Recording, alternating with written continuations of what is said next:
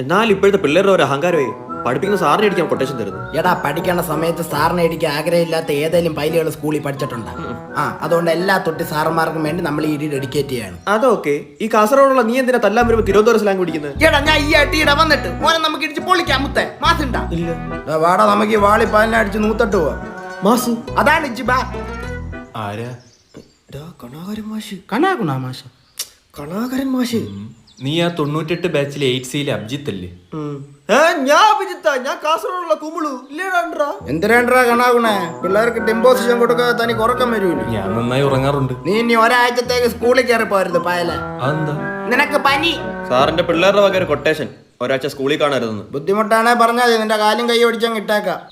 Abhijith C present sir. Confirm.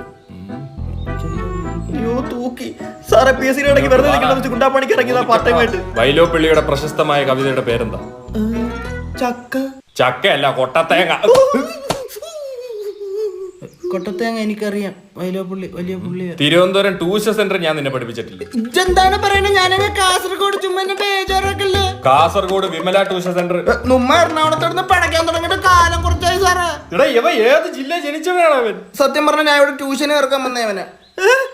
ആ അത് നന്നായി. ഏത് സാഹചര്യത്തിലും പഠനം അത്യുത്തമ. സാറേ ഞാൻ അവനെ വൈകിട്ട് വന്ന് വിളിക്കാം. ചുമ്മാ അല്ല പിള്ളേര് കൊട്ടാച്ചു.